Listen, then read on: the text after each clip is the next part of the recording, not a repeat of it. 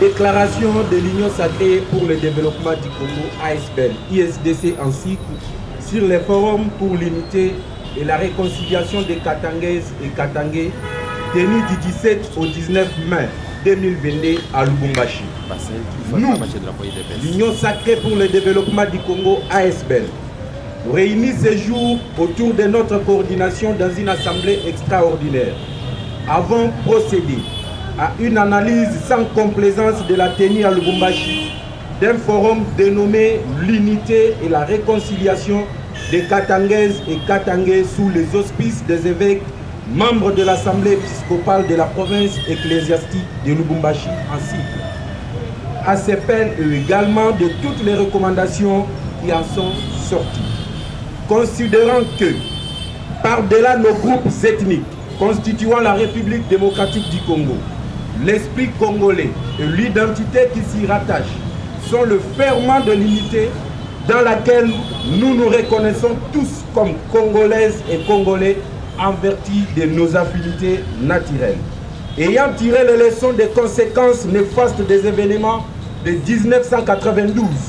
qui firent le théâtre des persécutions qui entraînèrent l'exode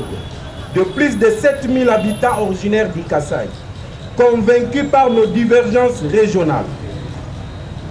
qui paralysent hélas la détermination et l'engagement des Congolaises et Congolais appelés à devenir des facteurs de rayonnement de notre cher et beau pays.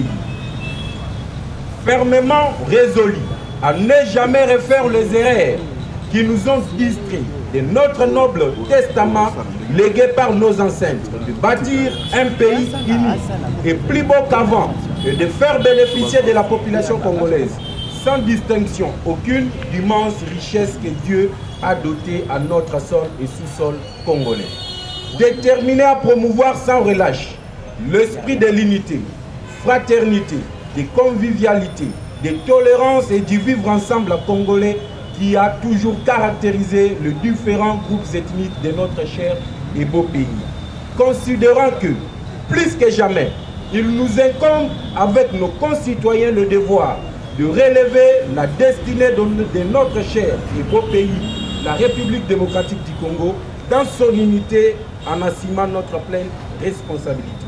Soucieux de léguer un pays uni où tout Congolais de tous bords se sentirait à l'aise sur l'ensemble du territoire national, déclarant ce qui suit. Le forum tenu en lieu et date précitée n'était nullement une occasion de réconcilier nos concitoyens originaires de l'espace Katanga,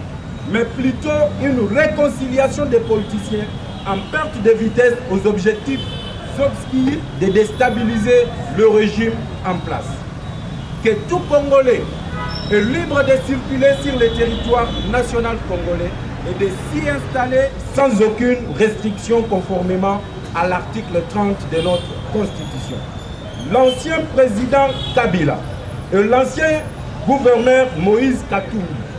d'éviter de se réfugier derrière nos concitoyens originaires de l'espace Katanga qui n'ont jamais été en conflit entre eux, mais plutôt nous les demandons de présenter leurs excuses à la population congolaise pour avoir pillé nos ressources minérales, objet de leur séparation. À Joseph Kabila de nous éclairer utilement sur la nationalité de Moïse Katumbi, que son régime avait exclu aux élections de 2018 en les taxant d'un escroc, d'un dribbleur qui s'est fait élire en 2006 comme député provincial alors qu'il n'était pas congolais avant qu'il puisse le considérer aujourd'hui comme son frère Katangi. À Moïse Katumbi de nous élucider objectivement si Joseph Kabila avait réellement reçu le passeport zaïrois et que le nom qu'il porte aujourd'hui lui a été attribué par Emengo Imukena de Res Mémoire avant de nous le présenter aujourd'hui comme son frère Katangi. À nos frères congolais originaires du Katanga de donner le meilleur d'eux-mêmes afin de barrer la route à toute tentative de séparation régionale et de ne plus suivre le discours de politiciens en perte de vitesse qui sont à la base du découpage de votre cher grand Katanga. Recommandons aux évêques de l'Église catholique de rester derrière la mission de l'Église, qui est d'amener la bonne nouvelle du Christ,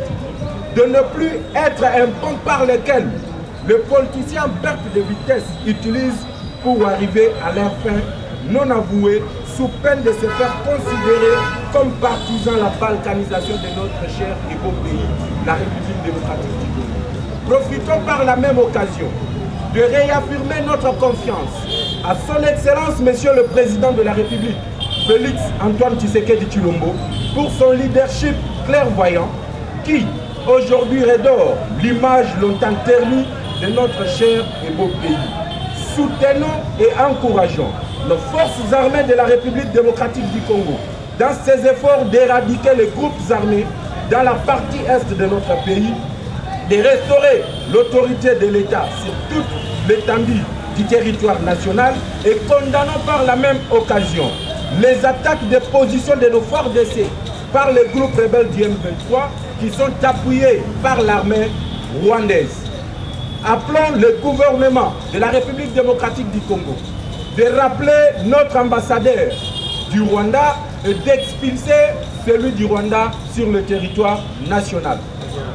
Félicitons l'honorable Mbata de l'excellence Jekoko Mulumba pour leur élection respective au poste de premier vice-président de l'Assemblée nationale et vice-gouverneur de la province,